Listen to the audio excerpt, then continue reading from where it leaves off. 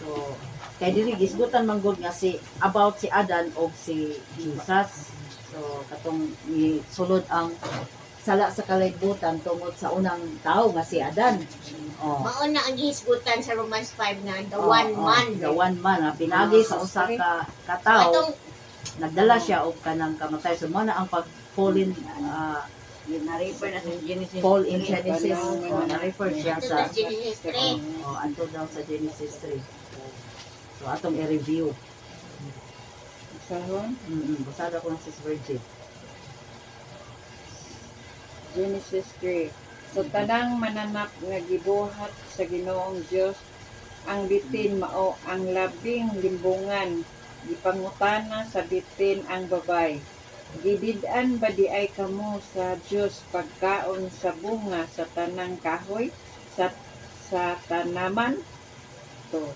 Nitubag ang babay, makakaon kami sa mga bunga sa tanang kahoy sa tanaman gawas sa kahoy nga anaa sa taliwala niini. Gidid-an kami sa Dios sa pagkaon og bisan gani sa paghikap ni anang kahuya kung supako namo kini mamatay kami. For miingon ang bitin, mamatay kami, miingon ang bitin.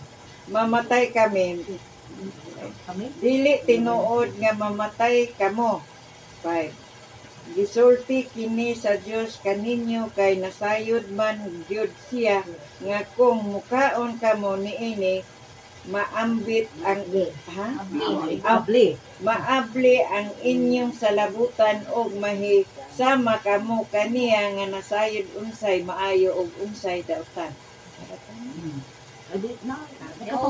Katong lahok chapter na kanang nagtaon na sila, kumarap to ang kwan. Check.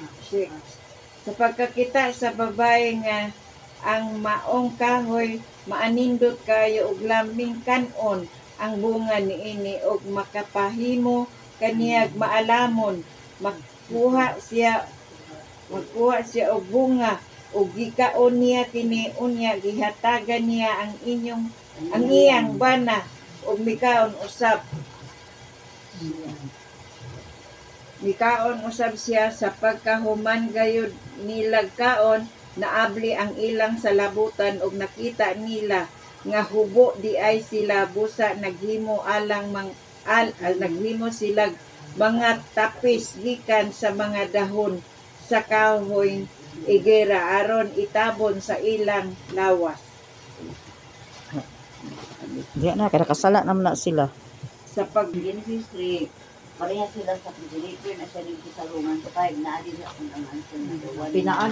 Pinaagi sa usa ka tawo si Adan ug si Eva na unsa man na kasulod ang sala. So pinaagi sa usa ka tawo nga si Adan. Karon about na sabta kang Kristo dinhi sa kuan Roma 5 pinaagi sa usa sa kanang anak sa Dios na nahimo siya nga napasig-uli niya ang sama ang iyang mga katawhan pinagi sa iyang kamatayon. So atong basihan ang pinagi sa usa ka tawo o pinagi sa isa ka tawo. So daman nga gisgutan diya Genesis si Adan. Ang gisgutan sa dina sa Roma 5 si Jesus. Pinagi sa anak sa Dios. Ipasig-uli niya ang kalibutan. Kamatarong niya ang mga katawhan pinagi sa pagpakamatay niya dito sa krus. So mo na nga kanang nag-referred na siya as the one man kana nga passage kaning fallen man ba nga mao si Adan. So karon padayon ta sa ikaapat nga pangutana. Sa unsang paagi kita mahimong matarong diha sa Dios? Okay, atong sa usa ka tawo naghari ang kamatayon pinaagi sa maong tawo labi pang magmadaugon sa ilang pagkinabuhi kadtong nagkadawa sa madagayaong grasya sa Dios ug sagasa sa iyang pagkamatarong pinaagi kang Hesukristo.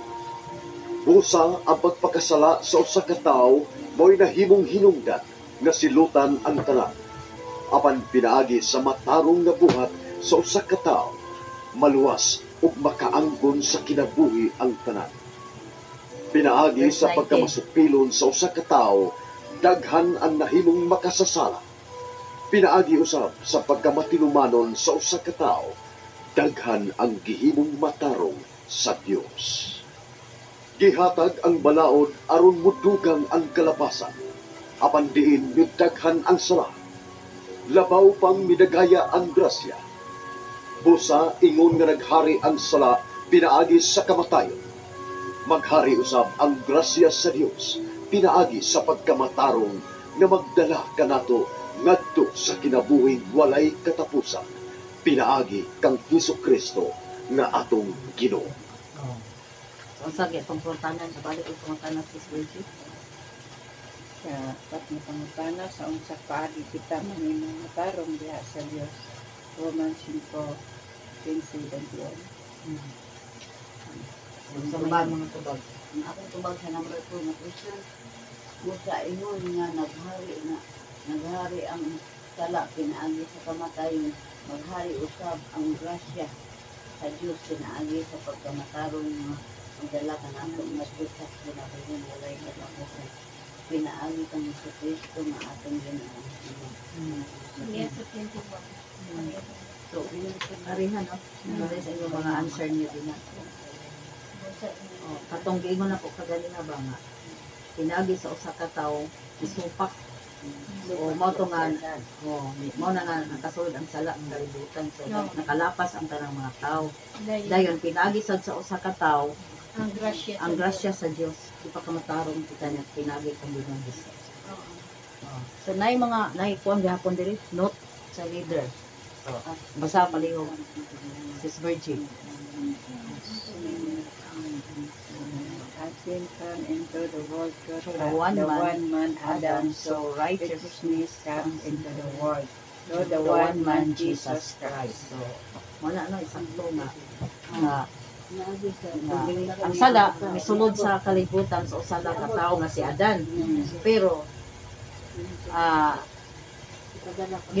ang righteousness sad, ang pagkamatarong sad misulod sad sa kalibutan pinaagi kang The one man Jesus oh, Christ. kang Ginoong Hesus. Okay? The one man. Wala na yung mga dugang-dugang yun. Kana kaya atong So, ang una ginakasala ng babae. Unya, ni supak man sad si Adan. Ano nga ni tuman man sad siya? Kaya kung Ay, ato mano na, po Diyos ko tan. Ewan po ko an. kung si Specific naman. So, idam. kung Pero, kung ang babae rin nakasala nun, wala ni kaon si Adan. Kita ra gyud tingali ang silutan. Ang lalaki dili Naangin ang laki. naangin ang laki. Kung wala gyud Di ba nagpakuan si Adan, si na Adan sa magpagpili Ginoo. gyud. Ang babae giyatag mo ka na ko. Oh, hoy, naghatag ka. Naghatag na po. Pili. Kani dumabay.